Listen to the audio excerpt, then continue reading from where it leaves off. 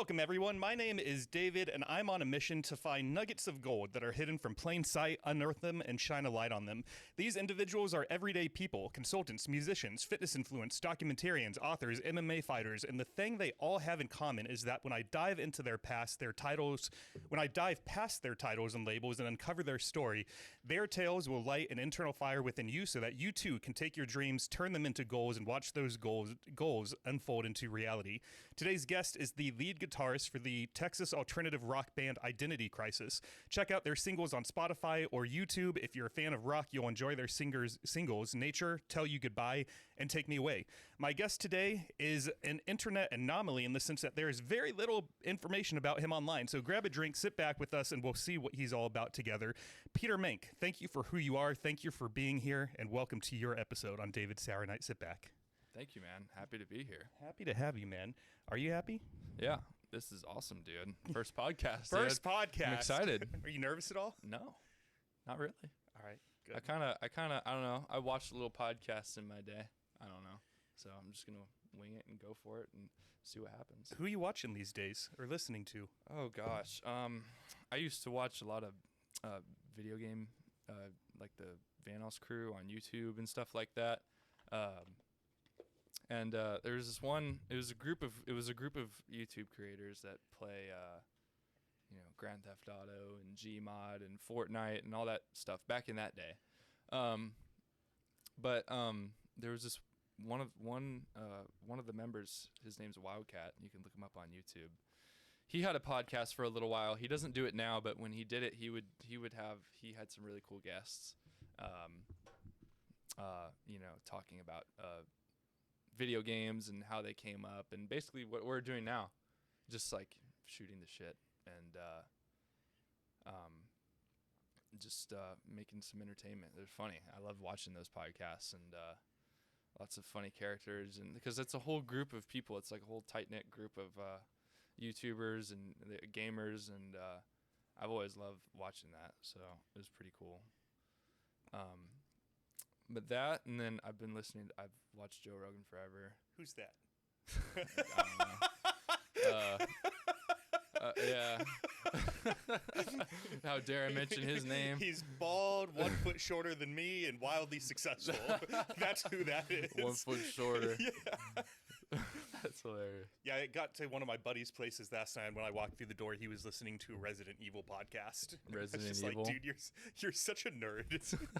But I love it. I'm a nerd, too. I nerd out over weird things. Can't think of anything at the moment, but I'm sure there's something. Super weird stuff. But, yeah, my band, Identity Crisis, we've been doing a lot these past 6 months. Like, a lot. So, I don't know. It's really complicated. Where do I start? Well, before we get into Identity Crisis, can we dive into the man that is Parker Menke for a few minutes? Of course. So what we're going to do is I have these icebreaker questions. Oh, yeah. And I'm not sure what they're going to say, but go ahead and pick one and read it out loud. You cheated. You grabbed two. I didn't read the second one. Okay. What advice did you get from someone earlier in your career that you followed, but now hindsight wish you hadn't, and why? Ooh. Well, there's some advice that we got from a certain person that told us that we should, there's a certain way of doing things, and back when we were a local band, like we would play a lot of bar gigs and stuff, and basically just playing for like 4 hours a night, like 1 hour on, 30 minutes off, and then 1 hour on, 30 minutes off, so 4 hours total, or 3 hours, 4 hours. It would be different every time, and we'd be doing it for anywhere between $400 and sometimes $1,000, but mostly $400 to $600 range. And we were playing our original stuff and covers, and we just did that like a shit ton all over Corpus Christi. Every bar downtown, every bar out on the island, Port Aransas, a good amount of places. And there were some certain people in this circle. I don't know, but our advice, the advice was given us was just play as much of those shows as you can, and it was good. It was a really good time for us, because those shows, they go on forever, 4 hours. So you really have to have your shit together as a band. You got to play good. You got to be ready, and so yeah, that really was good for us in like forging our sound. I'm just talking about the band. but yeah, forging our sound, we kind of found ourselves getting the hang of playing with each other. But that was the double-edged sword, because it was really time consuming. We were doing it a lot, and like the height of when we were doing that, we were doing it almost every weekend. And we already had a limited amount of time we could get together and do anything, rehearse, make content, because we were doing all that on the side. And there's just some certain things that I wish we would have done differently. But you know what happened, and we're still here now. But as far as advice is that someone has given me in my personal life, it would probably be washing my hair every day. So I used to do that for like the longest time, and then I'd like realize not too long ago that you're not supposed to do that, if you want healthy hair. And I was trying to grow it out, and it was like really dry. My hair was longer than this, but there was like at least 2 inches that was just dead and dry and just didn't feel good, and I was constantly pulling hair out of my head, and I was just like, crap. So I cut off a few inches, and I've stopped doing that since. Because your hair will, the more you wash it, the more grease and stuff, oily, it'll get quicker. So if you wash it less, then your scalp will get used to that, and your hair won't get as oily as quickly. Because that used to piss me off. My hair would get so oily so quickly, and I'd have to wash it every night. And it was just like shit. And then one day I just stopped caring. I just stopped caring, and now it's back to normal. Maybe that's why all my hair fell off. I washed it too much. Maybe. I don't know. I'm really lucky. I'm really lucky. My grandpa, he always had a full head of hair, and my dad, he still does. So I think I'm good. Sorry. Yeah. Sorry. It's not your fault. Just my grandpa's on my mom's side of the family. It was someone in there fucked everything up for us. Yeah. Are you a native Texan? I am. I was born and raised in San Antonio. By my mom and dad. Grew up in central San Antonio, and then moved to Schertz, Texas, which is not too far from here. It's you know where New Braunfels is. It's on the other side of New Braunfels, the San Antonio side. It's right in between New Braunfels and San Antonio, and that's where I lived. I grew up going to high school. Went to high school in San Antonio.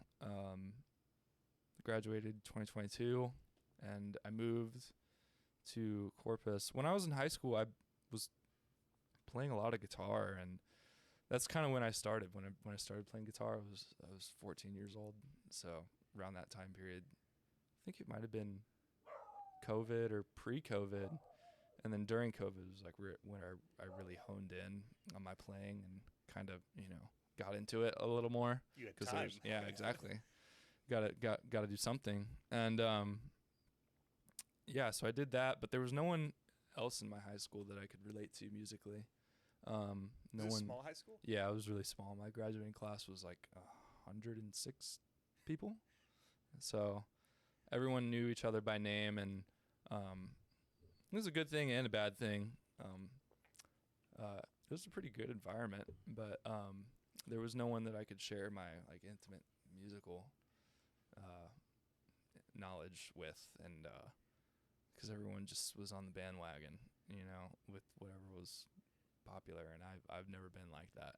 So, and there were some people that I kind of clicked with musically, but not really. No one else that played instruments, no one that I could jam with, no one that I could really make a connection with musically. And so yeah, I graduated high school, and I moved to Corpus Christi. I went to A&M Corpus Christi, Texas A&M and went there for 3 years. And in that time period,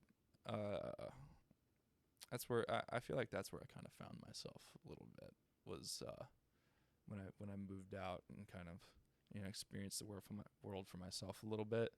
Not really, because, you know, my parents were supporting me at the time. They still support me very much now. But yeah, it's, you know, where I kind of found myself and met, you know, what I call my first like true friends. Because even in high school, all my good friends that I had in high school, I didn't even go to high school with them. Went to a different school, so it was like, darn, you know. What was if you go back in time as far as you can, what's one of your earliest memories from growing up? Oh gosh, I remember being at my dad's house where he still lives, being like 3 or 4 years old, and we had this swing set up in the backyard, and I just remember swinging on that. It's my earliest memory, as far back as I can remember, just swinging on that tree swing. And I've since broken that swing. It's not there anymore. Got a little older, a little heavier. Yeah, and broken a couple limbs off that tree because I would be climbing up in that tree all the time. But yeah, my dad, he was kind of the big influence on my music tastes, because, you know, when I was growing up, and my mom is too, because when my mom was pregnant with me, she was listening to a lot of Coldplay, because that was what was coming out at the time. And she would play that music for me, like get me to stop crying when I was a baby. Coldplay, like early Coldplay, like Circles and You, and like early 2000s. But and I still love all that music. And then when I was a little kid, it was that and country music, classic country music that my dad would play. And around 12 years old, I started shifting. 11, 12 years old, I started shifting towards rock. I got into like 80s hair metal, like Motley Crue and Poison and all that stuff. And but I didn't play, and I didn't start playing until I heard Nirvana. Nirvana was what kind of did it for me and showed me that I could do it, you know, because the bar was set a lot lower as far as skill. But yeah, Kurt Cobain made me want to start playing, and 13, 14 years old, and my dad had a old guitar in the closet. He dusted it off and put new strings on it, and I went on YouTube and learned some chords and sent me on my merry way to learn. And I never had a lesson or anything like that. I just always like learned by ear and just YouTube videos. So you were all self-taught. Yeah, completely self-taught. So and I think I've been playing for 7 years now, 6, 7 years, something like that. So pretty good amount of time. I think I'm pretty good for how long I've been playing, and especially the last 2, 3 years, I've seen the most improvement with the band and all that stuff. But it's funny. I was actually just, when we were in Corpus, after the Stone Temple Pilots concert, we went to Cassidy's Irish Pub downtown, and one of our buddies, a guy named Michael, was up playing guitar and singing. He was playing the music for the bar for that night, and we're friends with him, so he let us get up there and play a few songs. I hopped on guitar and Reese was singing, and we just came from an STP show, so we played STP songs. We played like 3 songs, and like there were other people in the bar that just came from the same show, and they were coming up to us and like, yeah, we just came from the Stone Temple Pilots concert, and we're like, we did too. We were in the pit, and they're like, me too, and all this crazy shit.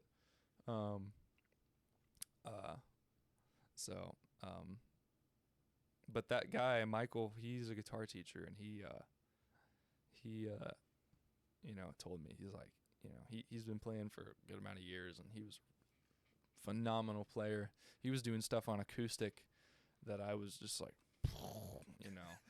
because acoustic guitar is much more difficult to play than electric. It's much less forgiving of an instrument. So to be able to do what he was doing on acoustic blew my mind. And he said he was like a little guitar teacher, and he could teach me some stuff, teach me how to really get around the fretboard and write solos and the proper way of doing things. And so I was like, cool. So I'm probably gonna take up on that, because it's probably time. It's probably time to I let someone step in and give me some pointers and help me improve my playing a little bit, because everyone kind of feels stuck on their instrument. Everyone who plays instruments has this. You feel like you can get stuck and you're not making any progress, and I've certainly felt that way for a long time, but I know it's not true, because looking back, there has obviously been improvement. But it just might make me feel a lot better to let someone step in and help and So you've never even had a teacher? Never. I mean, I've looked up YouTube videos. Marty Music, he was my teacher. Marty Music. Hey, what's up, guys? Marty Music here. Yeah, everyone knows Marty Music if you play an instrument. It's a meme at this point. But yeah, no lessons. I just was YouTube videos and playing by ear and lots of stuff like that. And then when I moved to college, I was a little bit more determined. I was going to be like, okay, could meet some people here. I knew my chances of meeting someone that I could connect with were a lot higher, because it was a much more diverse environment, a lot more people around on the college campus. And I met James my freshman year. I met James, our bass player. I met him in a music class, music appreciation. Yeah. Sounds like the most boring class for a musician. Yeah. Am I right? Yeah, it was pretty boring. It was bullshit. It's just like most college classes. But yeah. Met him, and it's a pretty funny story. I never checked my email, and class was canceled that day. And I showed up, and James showed up, and a couple other people. And at the time, James, instead of carrying a backpack, he had a guitar backpack with a little road-sized acoustic in there. And he'd kept his books in the spare pocket. And I being a player, I immediately was like, hey, you play? And because I was trying to meet people who played, and he said he'd been playing for a couple months.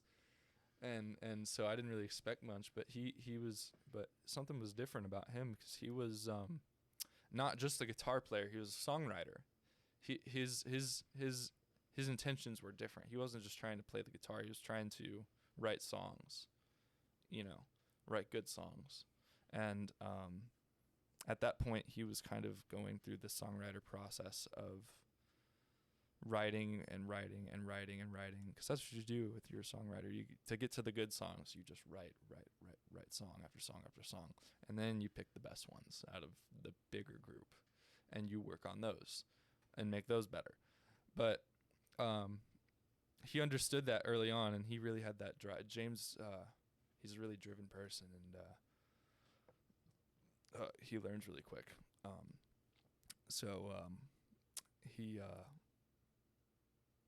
He played some songs that he had for me, and he played some songs that I knew, some Pearl Jam songs, and I was like, hey, I know that song, and it was super cool. And then I started hanging out with him a little bit more, and jamming with him. I remember I had some recording equipment, and he really wanted to record his songs that he had. So, and I didn't know what I was doing, so we recorded, and I don't even know where those recordings are. This sounded like shit. And it was kind of similar to this. It was like a two microphone interface, and a laptop. And and it was just so shit. It was so bad. But they were good songs. James had good songs, and you could tell, even though the recordings were shit, that there was something there, you know. So yeah, and when he introduced me to his best friend, Reese, our lead singer, who was a rapper. He rapped before he was in the band, and he was a good rapper. And he would record himself, and he sounded great. He had a really badass setup. Yeah, I met him, and he, from the get-go had a great voice, and so naturally he started singing, and I played guitar, and James he picked up the bass. His brother, his younger brother, had a bass, so he used that. And then we met this drummer at an open mic, because open mic night, that's where you go, that's where you start, and that's where we started. Met this drummer and got together, started playing, and just never stopped. We always got back together and played, and we would always, every week we'd go to the House of Rock open mic. It was great because they had an awesome stage set up, and we've played there a ton since. But no, they have a drum kit ready and everything, so you just bring your stuff, and they have a great stage and sound system, and get up there and play your 3 songs, and that's it. And we did that for a whole summer, that first summer, 2023. And yeah, we just did that, and then eventually started gaining some traction, caught some people's attention, and started playing local gigs, actual gigs, with 45-minute set times instead of 3 songs. So and then once we started getting more consistent gigs, then we stopped doing the open mics, and then that's when the bar gig phase that I talked about started, where we got really kind of got our shit together. And then we were writing songs from the get-go. We had originals, and we've been in and out of some recording studios. We recorded at the A&M Corpus Christi studio, which is a shit studio. It's a shit recording. We recorded at Freddie Records, which is a really nice studio, but we only had 2 hours, so that's a shit recording. And then we recorded some stuff at Del Mar Community College there, which is a really nice studio. And then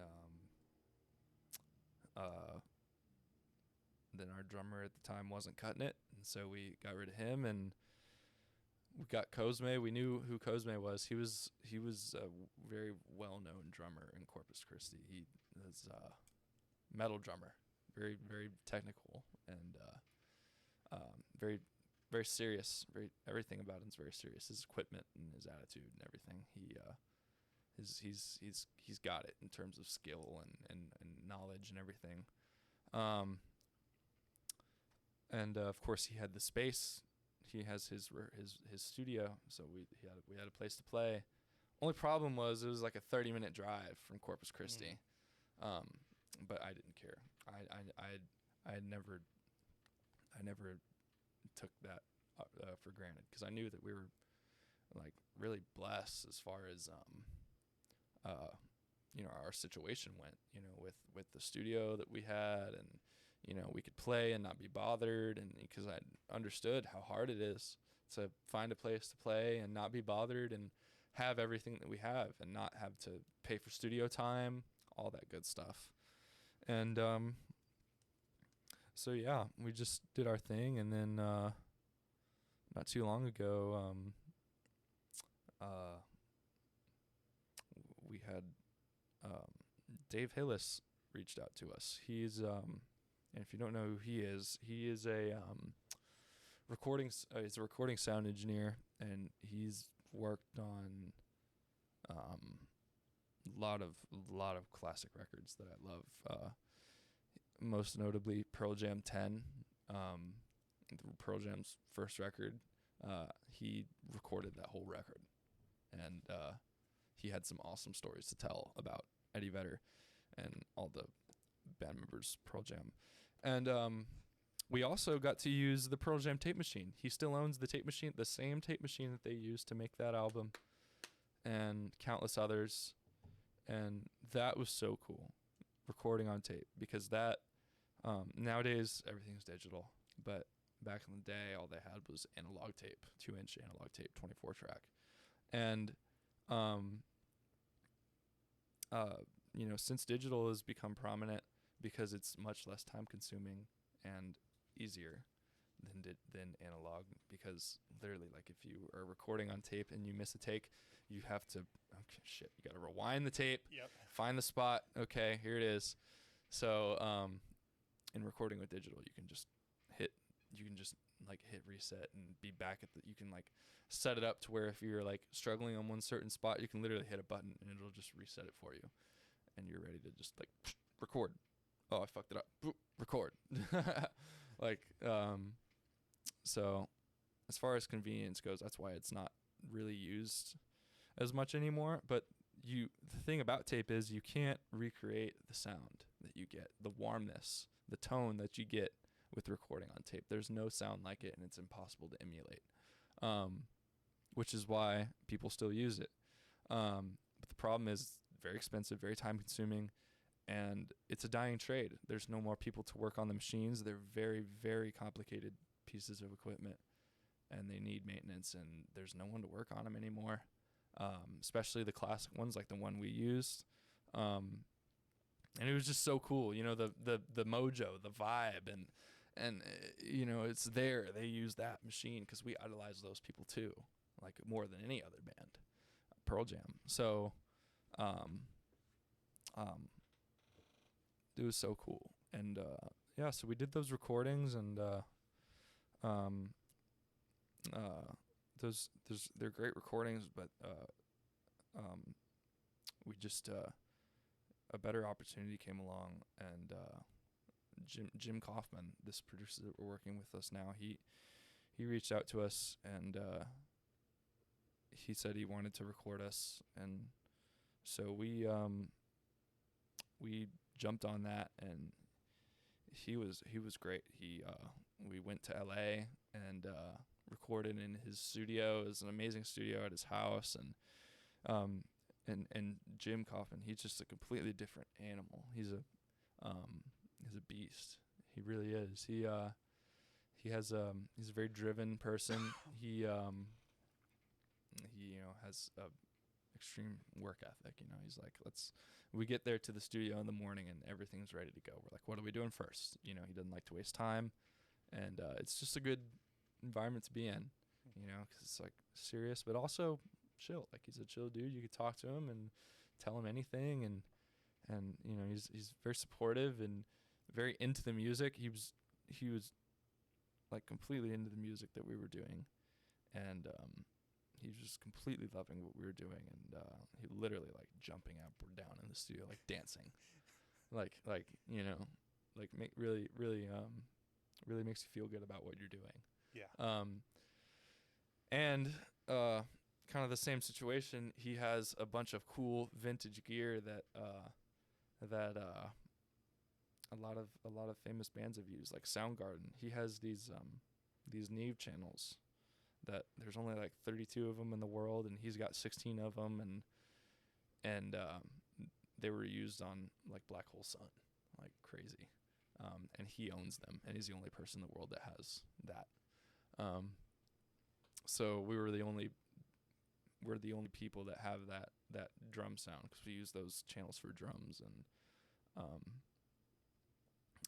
so it was super cool. And all his guitars that he had were like old and vintage and super, super cool, because there's nothing cooler to me than like vintage guitars that have stood the test of time and still play and sound just as good as they did, if not better, when they were new, And 'cause that's just the way it is with guitars and stuff, and good quality instruments that have become iconic in music.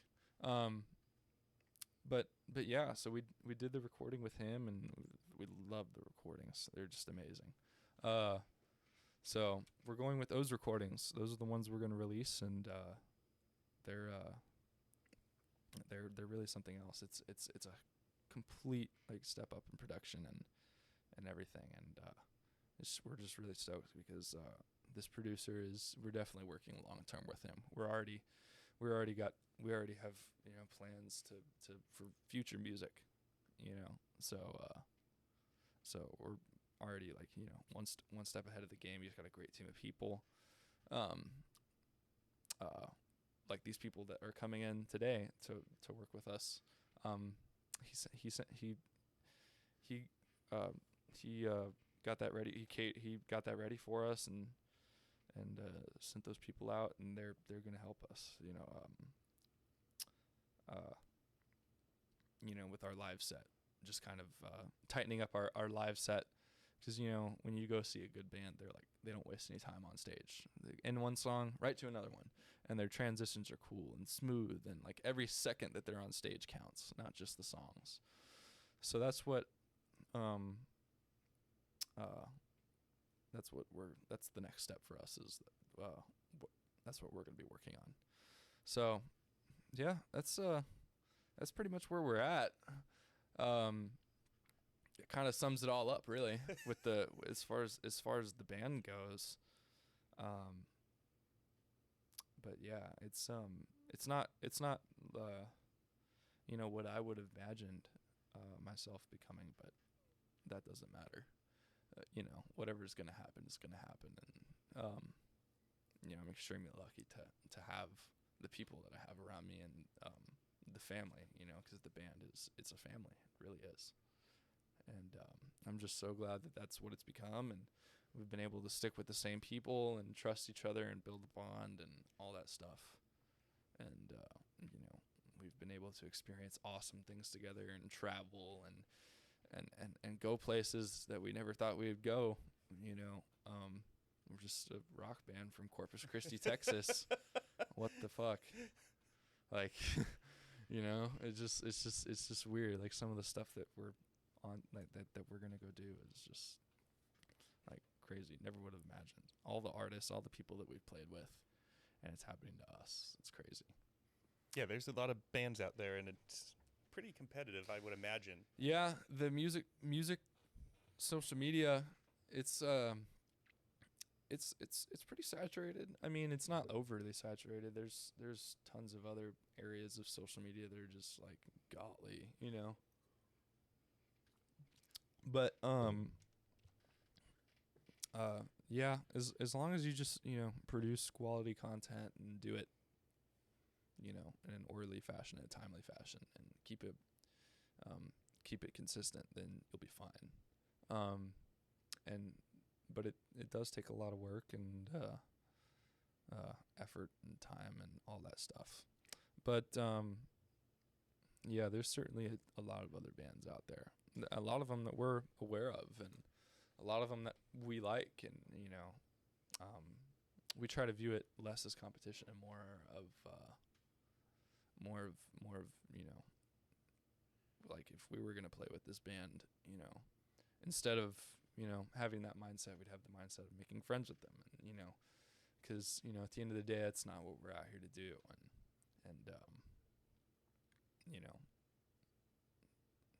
I don't know. It's just it's a community thing, and I the last thing you want to do in this business is piss anybody off, whether it's a band or a promoter or anybody. You just want to avoid doing that at all costs, Yeah. Because it just never ends well. Because it's sort of like a big world and a small world all at the same time, right? Yeah. Yeah. Mm-hmm. Did you know, according to metalinjection.com, in 2025, anywhere from 100,000 to 120,000 new songs are uploaded to streaming services per day. 120,000. Wow, I did not know that. That is insane. I thought it was higher than that. Really? Wow. Yeah, I thought it was like 1 million. That's still wild. That's 120,000 songs per day. That just goes to show how the music industry has changed completely. Because all the bands that we idolized back in the day, it was different. Music was consumed differently. There was an actual industry, and because there was an actual physical product to sell, but once digital streaming and social media, since how that has changed the music industry, and of course recording technology has made recording high quality music more readily available to people. Like you could go, if let's say you were like a solo artist, like a singer songwriter, you could go to your buddy's studio in a place just like this, with a setup just like this, and make a high quality sounding song that has potential to be a hit, and that is what's happening. That is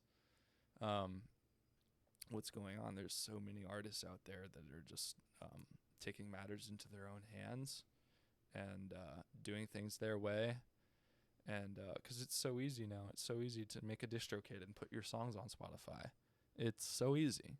You literally download the app on your phone, you can do it all from your phone. But so yeah, the music consumption in general has changed, and it's definitely become a lot more saturated. So there is a lot of I guess it really is competition. I mean, because you always want the higher number at the end of the day. But so it is a competition, but you try not to treat it like it, because it's just, in my opinion, it's the wrong mindset to have. Instead of judging another band, why don't we look at them for what they're trying to be? Because we can tell if you look at a band's social media, or if you look at a band's discography on Spotify, if they're serious or not. If they're really into what they're doing, and you can spot it.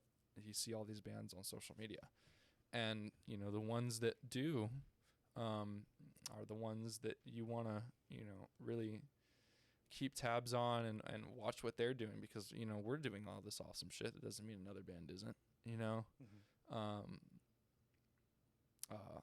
And there's definitely there's a couple bands that we've kept an eye on. There's this one band that Jim Kaufman also has produced and worked with on all their stuff.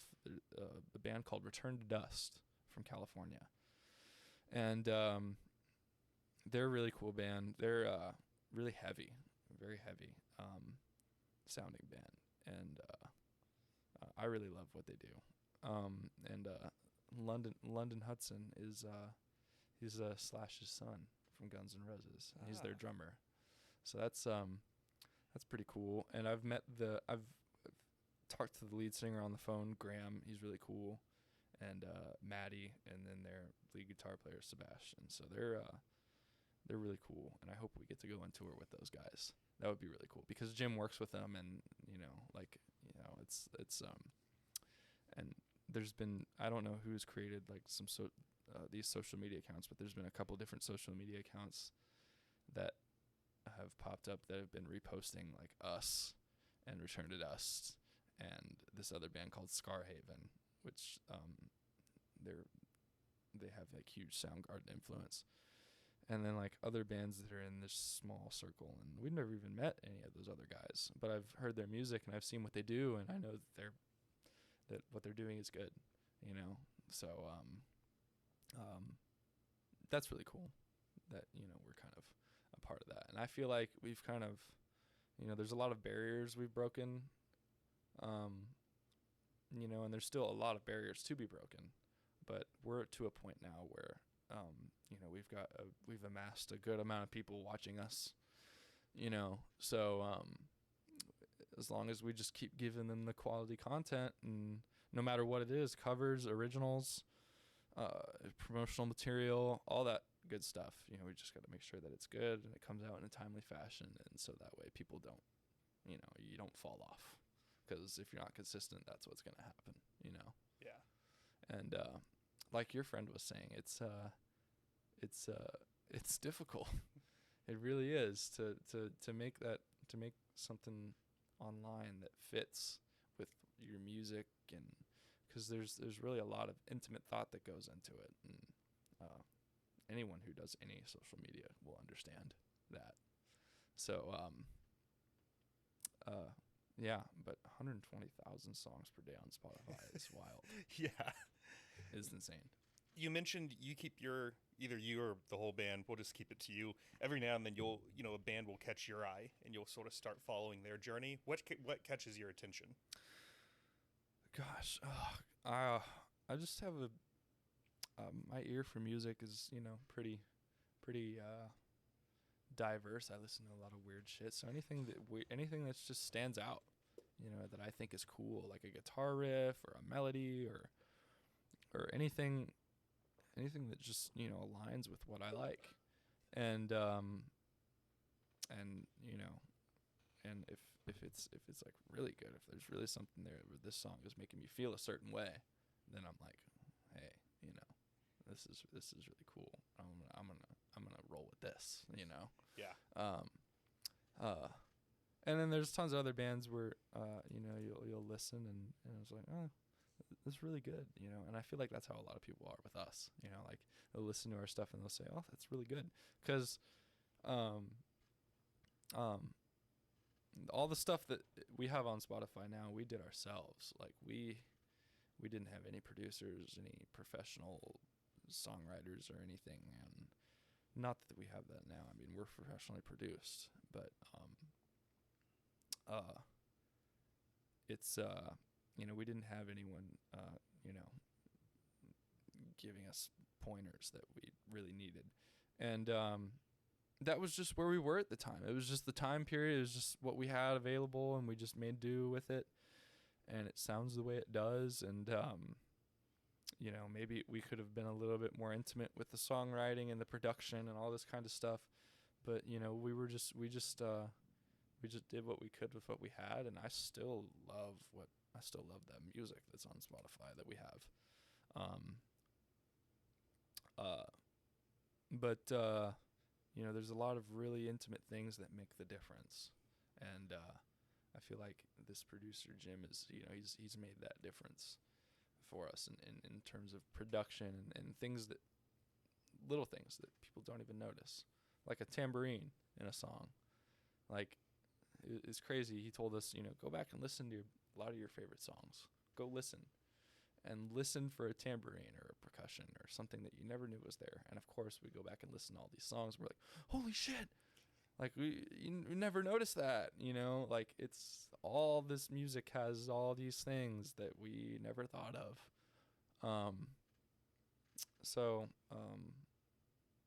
Yeah, it's the jump in terms of intimacy towards the songwriting is and the structuring and the production is crazy. It's like night and day. Do you know who Hans Zimmer is? Hans Zimmer, I've heard the name. We went to see. He does a lot of soundtracks for movies. Yeah. And we went to see. Oh, he is it. Pirates of the Caribbean, He's Superman, yes, Batman. He's a legendary composer. Yeah. Yeah. We went to see him last November. That was already a year ago. Jesus. Was that November? Maybe February. But regardless. Fuck. On any given time, he probably had 60 people on stage. Golly. And it was hard to pick out like who was doing what. Yeah. 5 guitarists, 2 drummers, 2 percussionists. 12 of them or so were singing. Oh God. Yeah. I mean, the brass section was probably another like 12 to 16 of those 50. But there is just so much going on. I'd be sitting there trying to be like, what am I hearing from that one right there? Yeah. It's just so much, but they come together to make. You'd almost think it'd be a clusterfuck having that many people, but the way they came together and played, dude, is probably one of my favorite concerts I've ever been to because it's so unique. What band is going around with 60 people in their band? Not many. 60 members that are all gotta, that's 60 people that can't fuck up. Yeah. That's crazy. That's wild. I mean, it's challenging enough with 4 people. Yeah. Yeah. You know, or 5 people or whatever. You mentioned in high school you weren't really jumping onto the popular bandwagons. What were some of those? What was popular when you were when you were a teen? I don't even know. I don't know. I like Post Malone. I remember when like Post Malone dropped and everyone was on that, and I remember like certain songs. There's like, but I don't even remember like the names of songs or artists. I just remember the songs and like the melodies, and like certain pop artists like Taylor Swift. Like she's been a prominent artist for the last decade. And I don't listen to her, but I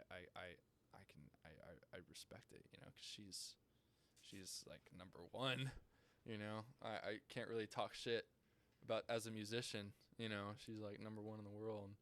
So, but and you know, like my sister loves her, you know. So I hear her name a lot whenever I'm at the house. Your sister's a Swiftie? Yeah, she's a Swiftie. Yeah, it's funny. I don't listen to her either, and it's interesting how you have some people like that where you know of them, and I don't not like her music, but like I couldn't tell you anything about her. I know like she wrote the song "Red" because that one was back when radio was still a thing. That one was on all the time. I listened to like a lot of 107.9. Yeah, whatever was on the pop radio. 'Cause yes. I remember my mom would just leave it on like pop radio, and like it would just be the same 20 songs circulating. Yep. And that, and then the rap. I never got into rap. That's one thing I never. It's just not really appealing to me. Just because I was never put onto it when I was younger, when I was more impressionable, and I can appreciate it. I can see that it's an art, and we've worked with tons of rappers in Corpus, local rappers, and not so local anymore, because they're doing big shit too. But and they're cool too. It's like a little community, you know. There's this rapper called Halftime, and he was awesome because he has his own home studio, and he helped us with some of our. I remember in our recording of "Take Me Away" when we did that one, we did it on Cosme's laptop, and for some reason, in the tracks and like the one guitar track, or like all these weird places, there'd be like pops and cracks in the track, and so we went to his studio and like loaded everything up on Pro Tools, and we listened to it, and we were just going through it and cutting all this shit out, and he helped us with that, and he filmed our music video for us, and there was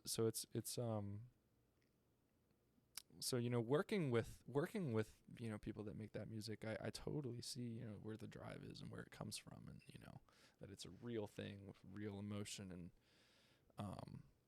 but I just never the sound of it in general was just never appealing to me, and it's just as simple as that. You know, there'd be certain times, certain places, settings where I can catch a vibe, you know, if we're all having a good time or whatever, but most of the time I just don't want to hear it. It's just as simple as that. It's just not appealing to me. But yeah, but I just kind of stuck to my own bubble while everyone was listening to whatever they were listening to. I don't know. I feel like music, it made me feel it made me feel a certain way, you know. Certain music made me feel a certain way, and the music that I was introduced to, that I listened to growing up, like classic country, and then of course all the rock that my dad introduced me to, like, you know, you name it, Led Zeppelin, Nirvana, Pearl Jam, Soundgarden, all the everything is I credit that to my dad for my music taste. But yeah, I don't even remember what was popular, but I don't know. I didn't really I wasn't really paying attention to that, you know.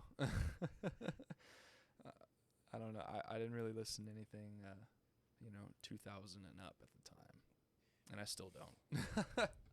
This is like something weird about me. I don't know. It's not weird. We just all have our taste. I never got into rap either, which is frustrating because in a lot of gyms around here, that's exclusively what they play. Yeah. And there's a new gym that opened about 4 months ago that plays a lot of house music, and I'm like, thank God. Yeah. This is so, and I still listen to my own thing for the most part. Yeah. But when you forget your headphones and they're playing music that you just don't want in your ears, that's a rough lift right there. That's when really it becomes mind over muscle. This is a mind game right now. That's where it's like you really came here to do something. You know? Came here to work out. When you graduated high school, where did you see your life going? Do you remember? No, I saw my life. I didn't have any particular plan for what I wanted to do. I knew that music was a huge possibility, and I was going to do everything in my power to make it a possibility. But I was also, under the influence of, my parents and pushing me to go to college, and which is a good thing. And I'm not saying college, you shouldn't go to college, but it just I didn't really like it. It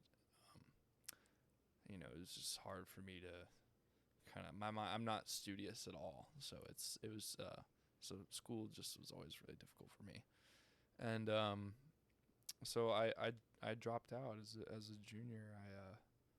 I guess I'm taking a break because I'm gonna finish my degree. Gotta keep that promise eventually. But for now, I'm just focusing on music, which is great because it's just like, God, I just don't have to worry about school right now. Like, holy shit. What were you majoring in? I was a marketing major, just like business marketing. And it's really boring. It's deathly boring. Yeah. Was what you learned helpful at all? Like, did you ever pick up on anything where you thought you could help implement it with the band? A little bit. Yeah, there was some classes that taught that there were a lot of things that I kind of related to that we're teaching, but for the most part, it was just but even then, in a class like that, the work that came with it was just bullshit, and I didn't want to do it. It was really simple as that, and it just wasn't happy doing it. I just didn't see it. I just didn't see me using my degree. And it's not, most people that graduate don't use their degrees. The degree itself is it's meant to prove that you're able to show up on time and do something and complete a task, with certain instructions, given instructions. And that's really what college is all about. And that's a good thing. But there's just all the bullshit that comes with it. And all the money. I'm still in debt. Shit. But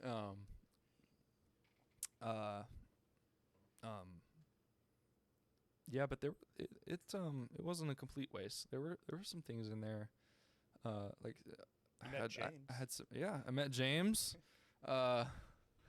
That's true. $20,000 for an introduction. Yeah. Hey, looking back now, I would have paid way more. Cause man, but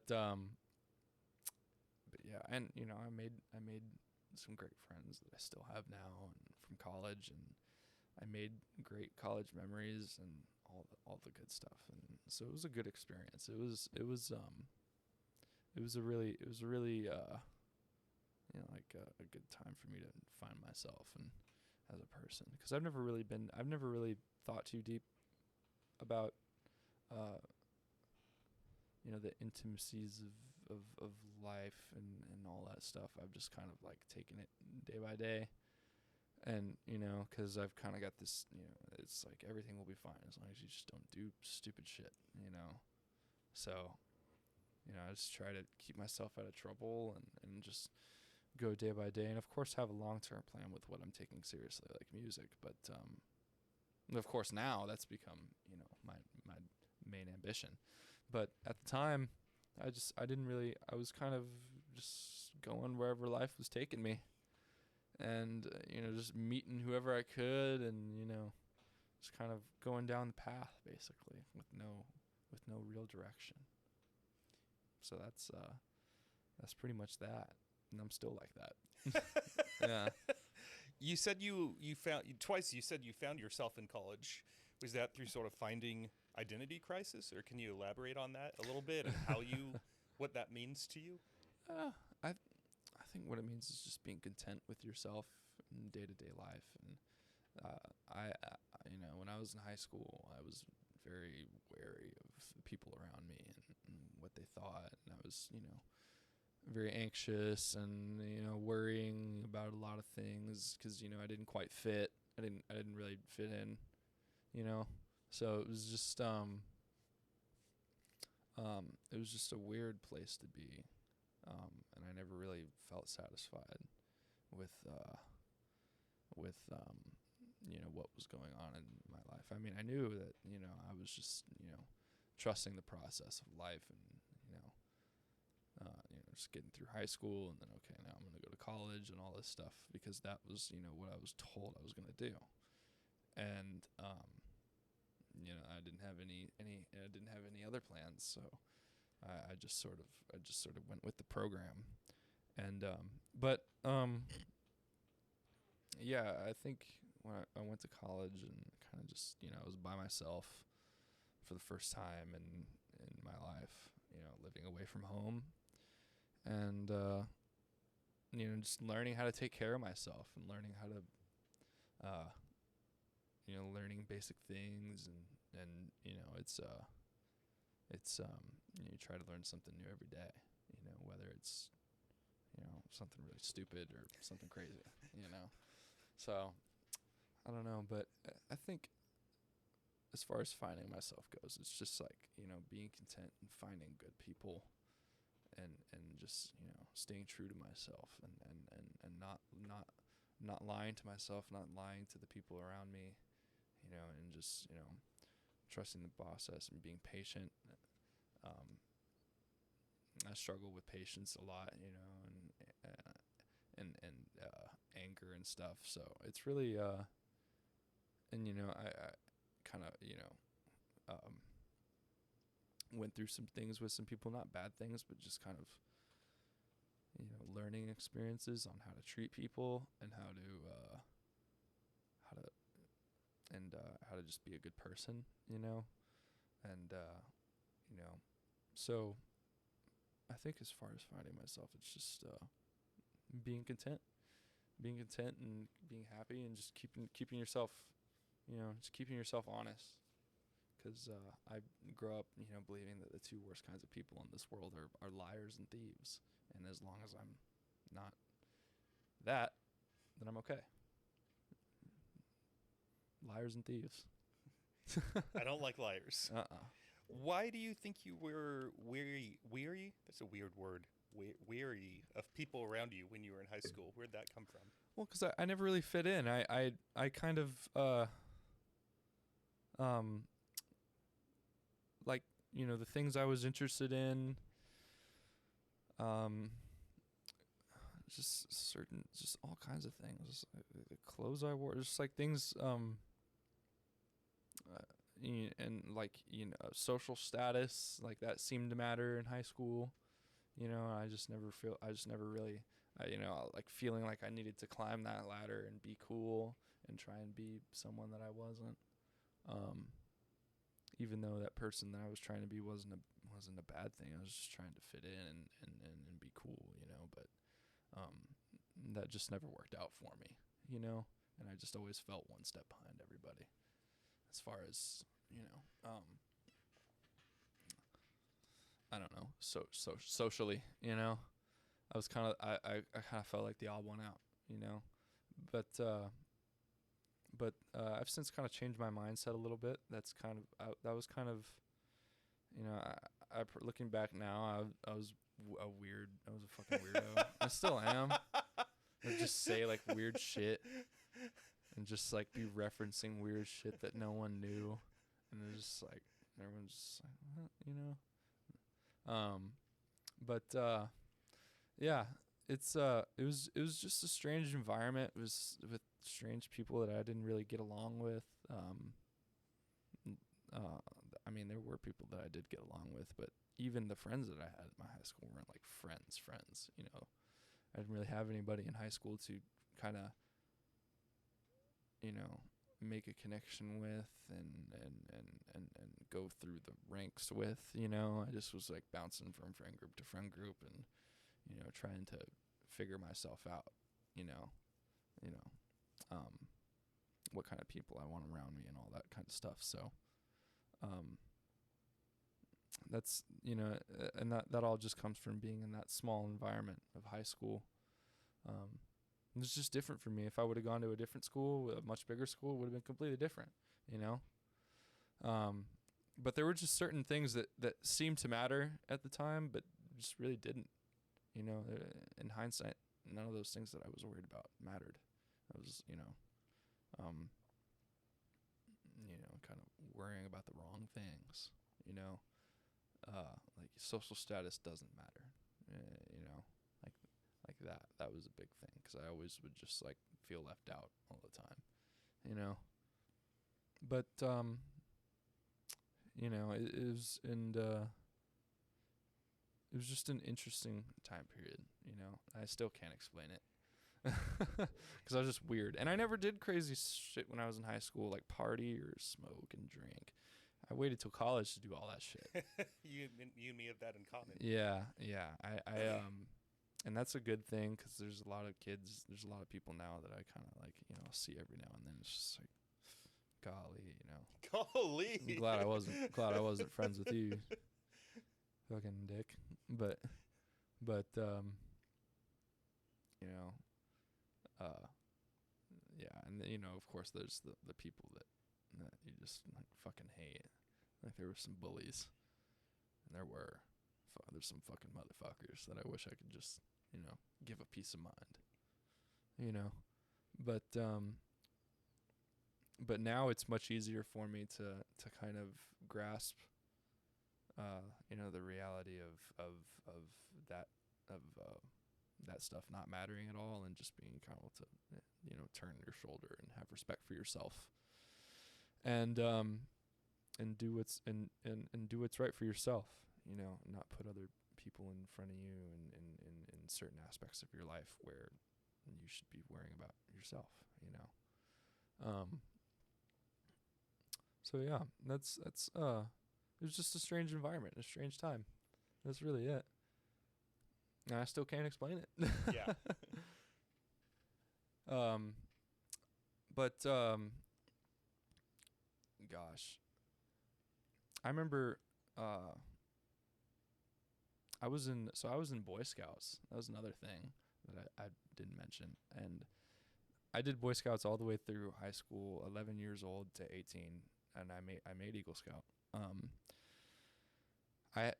That's where some of my like real friends came from, that, you know, I'll have friends that I'll have for the rest of my life, that I had there in Boy Scouts, because those guys, you know, I was able to kind of go and do things with those guys and have fun with them, and climb through the ranks with them, and you know, I got a good little group of people out of that, and a great experience, a great learning experience. Boy Scouts was really awesome. I got to do some really cool shit. I got to go to New Mexico, Philmont, and go backpack for like 15 days out in the mountains. That was just the coolest thing ever. Just like being out, you know, just out alone, group of cool people around you, all your friends, and you're just out in the wilderness all alone, no one around you, just having a good time, hiking along the trail. Look at that mountain. That's cool. Yeah. Let's go climb it. And so we would. And so yeah, Boy Scouts was great. My troop that I was in, Troop 51 in Schertz, Texas, we were a really active troop. We'd go camping at least once a month. Our scoutmaster was really cool. He was an old Vietnam War vet, coolest dude ever. And he was a badass too. He was a Marine in Vietnam.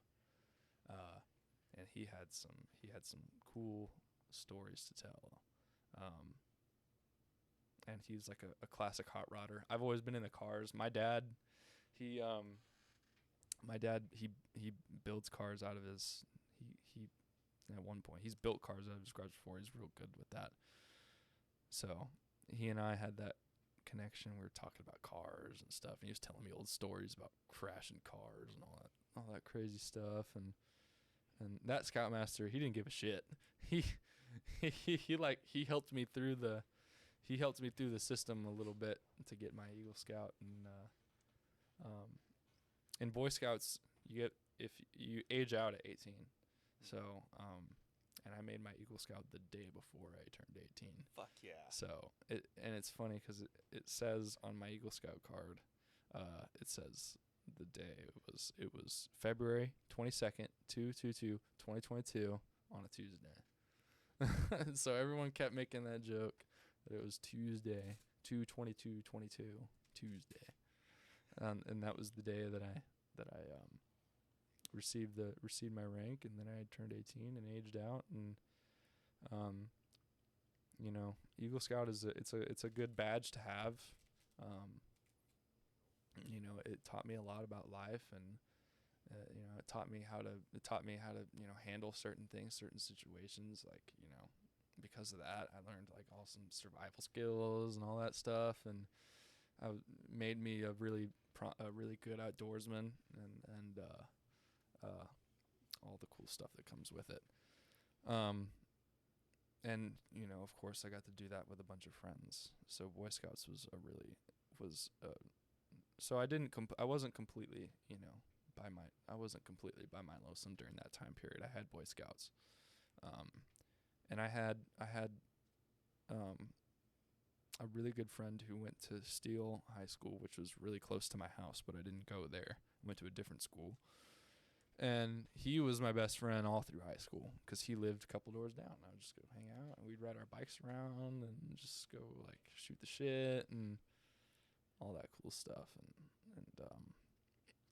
And then he joined the Air Force, and life happens, and you go your separate ways, and then you just move on to the next chapter. And that was college for me, when I really just started to become comfortable as a person. I think that's what it all comes down to, is if you're just comfortable as a person. And I just, when I came to college, I met good people. I found the people that I did want to hang out with, the ones that I didn't. Learned some valuable lessons and met great people, and still have some great friends. But of course, I got the tight friends that I'll always be friends with. And college, it's completely different, because those friends I was able to experience having real fun for the first time. Like getting drunk and like smoking weed and all that fun stuff. And it was all with good intention. Getting good people around you that aren't gonna make you do stupid shit, and that don't do stupid shit themselves. I've been around lots of stupid shit, like motherfuckers with like showing up to our shows trying to get us to do coke and shit. I'm like, no. That never happens in the music industry. Yeah, it's really the rock side of the music industry is it's kind of dead in terms of like snakes, the real snakes of the industry. Because the real snakes in the industry are in like the pop and all the really popular stuff right now, pop music. But the rock scene in general is kind of there's not as much of that. There's not really as much going on in general, with the mainstream. So, this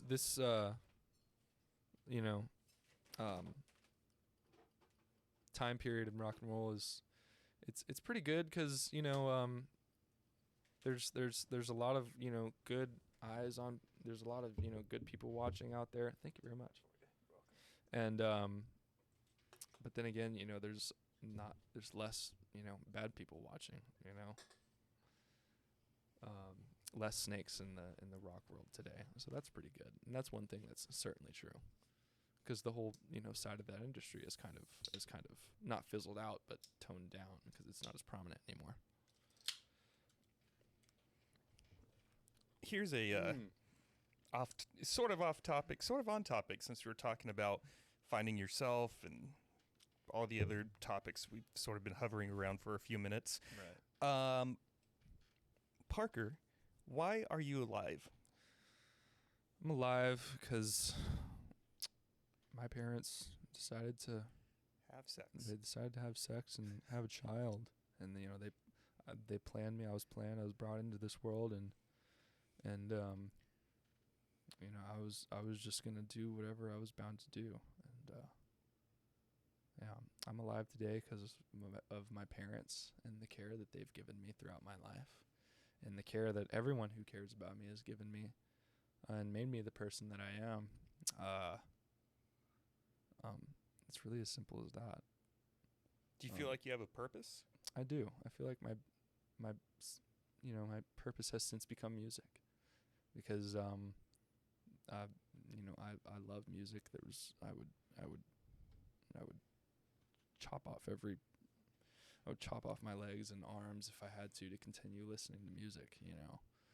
Like I couldn't live without music. That's another thing. And of course, music in general, it goes back to the family and all that stuff, the people that took care of me and, influenced me.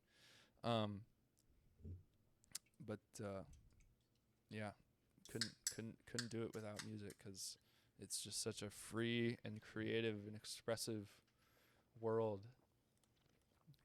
And I've never been the most expressive person, but in general, but I feel like music is a gateway to just have that peace of mind and have that comfort in your life that will never turn its back on you ever. You always have music, no matter who you are, what you did, no matter what kind of life you live, no matter what culture, anything. There's always music, and it's more important to some people than it is to others. It's just like any choice of career that anyone would want to have and put all their heart and soul and effort into. And so yeah, I the reason I'm alive is because of my family and the influence they've given me, which is music, which therefore so yeah.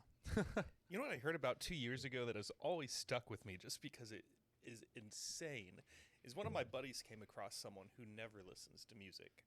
They were all audiobooks and podcasts. There's people like that. I've met people like that. Isn't that sort of nuts? Like, even if it was like a 10-90 split where it's like 90% podcast, but I'll turn on some jazz or some rock or some salsa or whatever the fuck it is. Yeah. But to just never listen the radio, to music at least. is like, what? I mean, I can't imagine. Are you alive? I'd rather die and listen in heaven. Golly. But wow. I mean, I'll do that sometimes. There'll be certain points, or where I'll just won't listen to music for a couple weeks at a time. If I'm in the truck, I'll just drive in silence and not listen to any music, or instead of falling asleep to music, I'll just just go to sleep, and but then again, there will be other times where it's complete opposite, where all I'm doing is listening to music. If I'm driving, if I'm at home, or I'm either listening or I'm watching something on YouTube that's music related, and when I say music related, I mean like anything, like audio engineering and like weird history videos about a band and like all kinds of weird intimate stuff, that is just so interesting to me. Because I like a good story, and there's lots of good bands out there and lots of good music stories in general about you name it, all the country, all the rock, all the crazy stories. That stuff is just it's so infatuating, and I love all that stuff. It's great. Do you know? Did they ever make any kind of like documentary about Chester Bennington? Do you know? No, That would be sort of cool. That'd be very cool. I was never a huge Linkin Park fan. I when I was younger, I kind of like scoffed at them a little bit. I was like, Why? because I never really listened to them. I never really gave it any thought. But more recently, I I still don't really listen to it, but I've heard it. I've since listened to their music, and I like it. It's a little over the top for my taste. The newer stuff, or just in general? Just in general, in terms of like production and the style, but it's still amazing. And Chester was an ungodly singer, and he had a huge voice. And Jim Kaufman, our producer, was actually dear friends with Chester Bennington. Really? Oh yeah, he was his neighbor, and I remember him telling us he was like at the height of their career. He was like asking Jim to like get his groceries for him because he couldn't even go to the grocery store without getting mogged or surrounded by fans and pictures and all this stuff. And yeah, he passed 7 years ago, and to this day, if you go to the top picture on his Instagram page, people are still leaving comments. yeah, no, it's I didn't realize it at first, like how big of an impact they made on the generation, because that was kind of like the generation before me. Yeah, that would have been into Linkin Park and all that stuff, and because I never really went that late. That's like the turning point, like late 90s, 2000s. Yep. That's kind of where I stop. I mean, I'll go past it with certain things, but in general, I don't really listen to anything newer than that most of the time, because I don't have playlists or anything. I'll just like put on whatever I'm feeling. I'll search it up, put it on, and I'll listen. If I'm listening to an artist, I'm listening to like that artist for like a couple songs or like a whole album. I like listening to whole albums, and just kind of, trying to like consume music the way people used to, just to kind of have that peace of mind, that kind of, just to be able to appreciate music that way, because nowadays people, their attention spans are so short. You gotta shorten up your songs, and like at the stages we are right now, like if we want to release a single or like an album, really wouldn't really work, because the only way for an album to work nowadays is if you already have a big following built up where the album will be successful. Nowadays it's singles. You got to pump out singles because people only have the attention span for that one song, and you got to shorten it up and make it radio friendly, basically. And that's not necessarily a bad thing. I mean, there were a couple songs of ours that we recorded with Jim that we shortened. We cut some stuff out. And yeah, you just have to be, when it comes to that, you just have to be open to change and willing to bite the bullet even if you don't agree with it. And but that was one of those things where it was just like, okay, we'll do that. We can do that, sure, no problem. Yeah.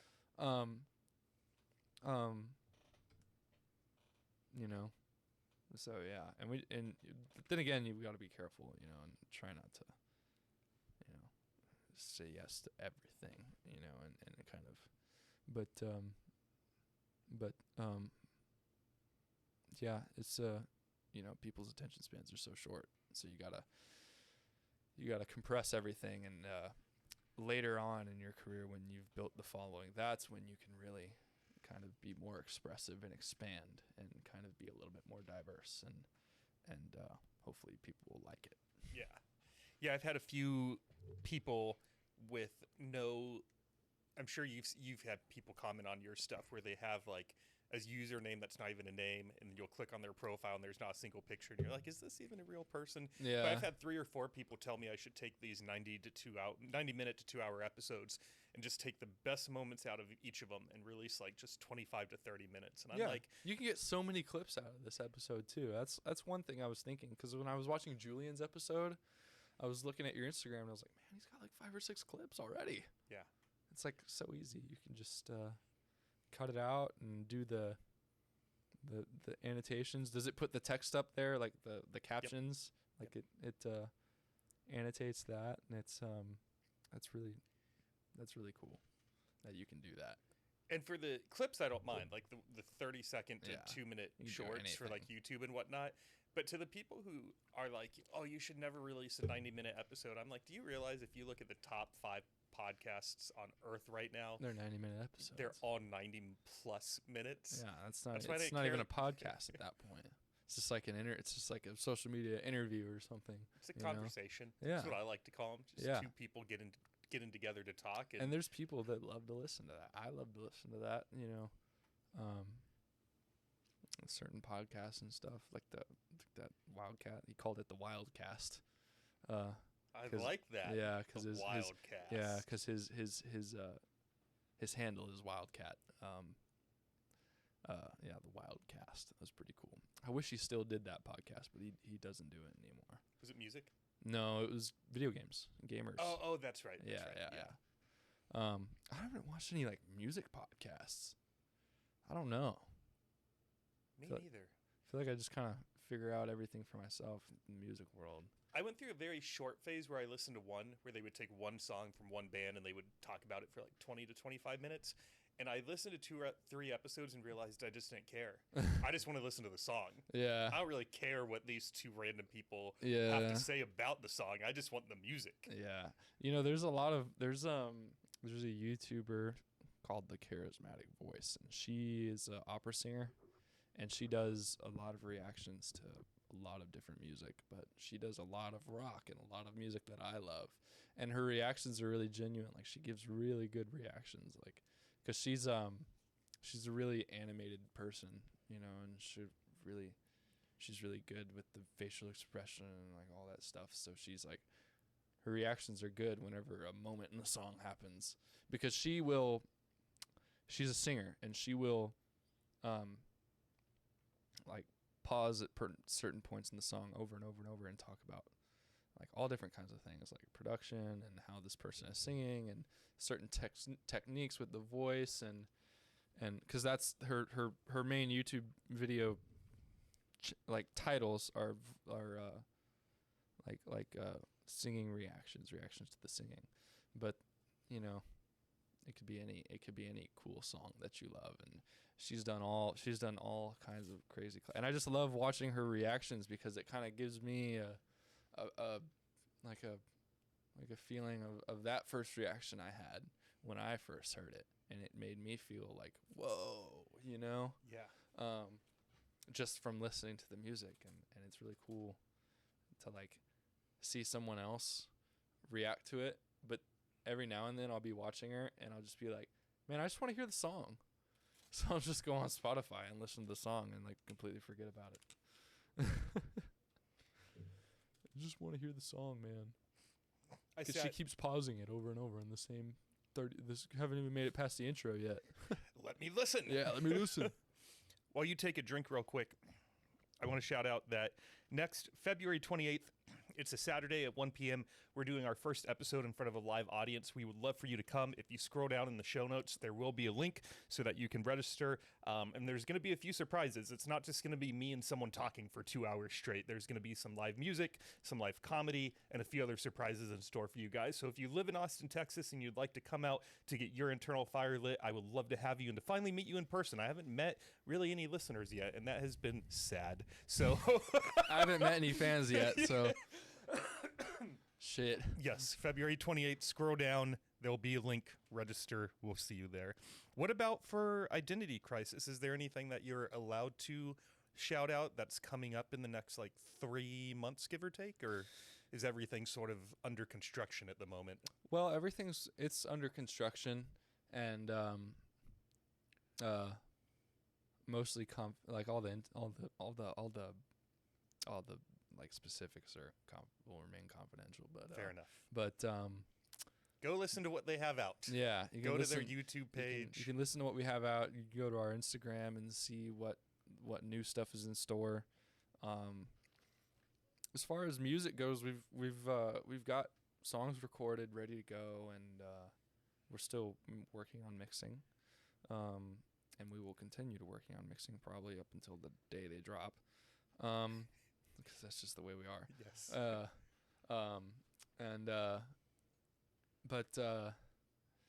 Yeah, we've got some by the new year. We're gonna be rolling out singles consistently, and then we've got our EP that we've announced. And when we initially announced our EP was when we recorded with Dave Hillis, but we just decided that we wanted to do something different, and so we redid a couple of the songs. Not all of them. We wrote some new ones. So there's some. So if you've seen us live, then there's going to be some songs on there that you've definitely heard before. And there's going to be some new ones that no one's ever heard before. So yeah, it's super exciting, and there's a potential tour, like a real fucking tour coming up. We don't even know exactly when. We're still, working on that. And then, but until then, what we're doing is just writing songs and playing in our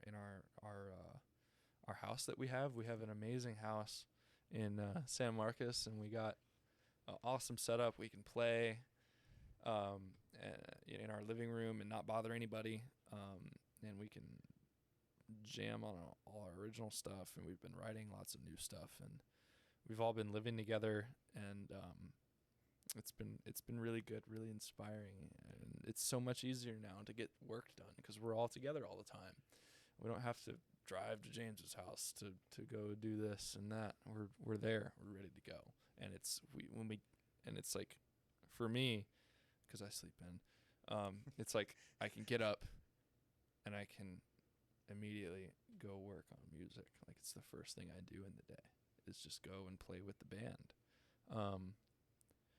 and write music. And then later in the day, I can go DoorDash for some extra cash, and then I can come back and sit on the couch and pick up a guitar and start playing, and James will say, "Oh, that's cool," and then we'll keep jamming on it, and boom, we got a song just like that. And so, like, little spur of the moment things that can just happen that would never have been able to happen before because we were just separated all the time. Now we're living together, and everyone's doing pretty good, living together, pretty good roommates. Everyone kind of leaves each other alone because you spend a lot of time with people. You want to, there's you got to get away. So the real reason you came on the podcast. Yeah, just vent about how much I hate everybody. Well, I was thinking about that yes, there's the convenience factor, but when you work together and you live together, that's a lot of fucking FaceTime. Yep. And all the normal stuff that you'd expect happens. Tensions can rise and things can be said, but we always come back down to earth, and it never lasts long. Good. We're smarter than that. There's some people that they can just never get over themselves or what they think, and there's certainly things about members in the band that I don't like, but I'm not going to let that, impair what we're trying to do as a team. That's the worst thing I can do, because, you got to realize at the end of the day, nothing's going to be perfect. Nothing's going to be the way you want it, especially when you're working with a group of people. You have to be willing to compromise. Yeah. And what you think. And you just have to realize that that's part of the process. And you have to be willing to accept it right there on the spot and not get mad and keep your composure. That's something that I've struggled with in the past, and the band is certainly, they've experienced that. It's a going joke now, get pissed. which is great because it means it's impossible for them to get mad. Is when I'm actually pissed, they're just laughing, and then like and it's like that for everybody now because everyone has their moments. Yeah. But we never have let that get in the way of our musical relationship and how we treat each other in general. And you know, I love my bandmates. I might not show it all the time. I don't need to. They don't. As long as they know. As long as they know. And every now and then we'll drunkenly remind them that I love them. Yeah, I remember this one roommate we had named Matt Delatorre, who exact same reaction. He was the hothead of the house. Yeah. And whenever he got mad, like the first time, it was like, whoa, what's going on? But by 6 months in, I forgot how long it took. It literally just became a thing where we'd all start laughing, and then he would get more mad. Yeah. And he'd be like, "No, guys, this is serious." Yeah. And we would just start laughing even harder. Oh yeah. And yeah, at the end of the day, man, That's like the thing. it was a strong foundation of friends, and we got through those moments. You know, Oh, it flares yeah. up, it lasts for a couple hours, maybe 2 or 3 days, and then it goes away. That's how you make progress in a relationship. Is how you experience things together and deal with things together, and not even that, just talking to each other, just like shooting the shit and bullshitting and pissing each other off and then making each other happy. You know, like you can do or say whatever to their friend. Like I could literally like turn to James and say any like dumbass thing that I want to say, and he'll laugh. And it's that's the kind of relationship that we have, and it's just it's great. And but then again, there are like certain things, like whenever someone's sometimes on certain days I can just not be feeling it, not be just be sitting there playing, and I'd start taking what we're doing for granted in my head, and I'm just like this is not what I want to be doing and all this kind of stuff, because I'm just for whatever reason in a bad mood, and any little thing that any other band member might do could set that off. And I'm not gonna explode on my bandmates for something like that. But there has been a lot of like built up anger in the past that has come out on occasions, but it's and certain things that I regret. But you know what? I mean, what happens, and you learn from your mistakes, and I learn to be more patient with my bandmates, especially when I am, less patient. And just being, treat them with the same grace that you want to be treated with, really, because you got to respect them as musicians, and just respect them as people, and they'll respect you in every way. So it's great. It's a true blessing, and it's the relationship I have in my life that I cherish the most. Because there's a lot of things in this world that are out to get us, and are out to break us up, and a lot of things that are going to happen to us that are really going to test our relationship. And I'm ready for it. Yeah. Bring it on. Bring on the group therapy. Because we're going to need it at some point. But that just comes naturally when you work with a group of people. When you work the way we do. It can be a grueling process, but it can also be a really easy process, and it can be really like it can go north or south, which way is it going to go, and it's all up to you and your mood and the way you're holding yourself up and the people around you, and because that's going to affect, when a group like us, it's if one person's off, then it's going to affect the rest of us. Yeah. Even just the vibe.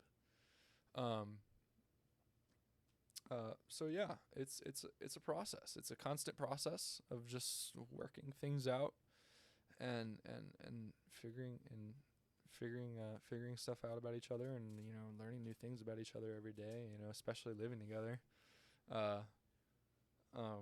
So it's great. It's really cool. And the opportunity that it has been given to us is fantastic, because Jim Kaufman has just been amazingly supportive, and he's the reason we don't have to work right now, so we can focus on music. He wanted us to completely focus on music, and make sure that we're taken care of. So it really gives us a great, place, a space to work. And I'm just so blessed to have that and do it with such a group of people that, we built a bond and are so connected musically and all that great stuff. And it could really go far. It could really go really far. And I'm hoping it does, because like I said, there's going to be things out there that are going to test the relationship, things that are going to tear you apart if you don't handle them the right way, situations and things. And another thing too is at the time period, the point in time that we're at now, there's so many, great musicians and great people that have done what we're trying to do already and have great advice, and there's people that have gone down the path and have, figured out their way of doing things, and so there's plenty of really good examples set, and there's also more notoriously a lot of bad examples set, so we know where we want to be and where we don't want to be, so it's kind of just gonna keep the boat, keep it straight going down the road, don't let it veer off, just don't let anything get in the way of the band and the music, because that's what it all comes back to, is the music. That's what we're all here to do. Yeah. Play the music and share the music and spread the music, because we love the music. Well, Parker, first episode completed. You did good. Thank you. I love that sort of how we wrapped it up at the end too, because I think that a lot of people, there's a heavy 24 years old and younger audience that follows this podcast. Mm-hmm. And I think a lot of people in high school right now are probably struggling to feel like they have a sense of friends and community. And it was awesome to hear how you it took you a few years, but through Boy Scouts and then testing if college was the path for you or not, and then eventually finding identity crisis. And now you have this really strong group of three gentlemen that you get to live with, that you get to make music with, how you guys struggle through the difficult days when they do come. And I just think this is going to be an awesome episode that I'll be super excited to release, so that people can see one way that you've had your journey, and then start to think about how, there is some hope for finding friends, finding community. College isn't necessarily the answer for everyone. I feel like people are really starting to explore different types of career paths, whether that's entrepreneurship with music, starting a business, whatever More it may than be. ever. So I just really appreciate everything you brought to the table today. Of course. Thank you for having me. This is such a cool thing that you're doing, and I just wanted to be a part of it. It's cool. I mean, I love, coming on and talking about the things that I love. It's just cool. And you got to meet Thad. Yeah, I got to meet Thad. Who slept the entire time. He's exhausted. He's still today. sleeping. And what's cool is that this episode will probably drop in like late December, early January. So for the audience, some of those confidential things that you were talking about might not be confidential anymore. Yeah, possibly. By the time this comes out, yeah, maybe. Go look him up. By the time, there might be a surprise waiting. Yeah. Go look. A new single out now. Yes. In 3 months. Cool. 3 months ahead of time. Well, go check out Identity Crisis. They were very easy for me to find on both YouTube and on Spotify. If you tuned into today's episode, please do me a favor, which will only take about 10 seconds of your time. Follow the podcast on Spotify, Apple Podcast. If you watched on YouTube, hit that subscribe button. If you guys do that small favor for me, I will keep continuing to find guests like Parker to bring you guys stories, laughs, and insights every Saturday night. In the meantime, I will see you at the live event on February 28th. Stay healthy, stay happy, and we'll see you guys next Saturday. Bye, everyone.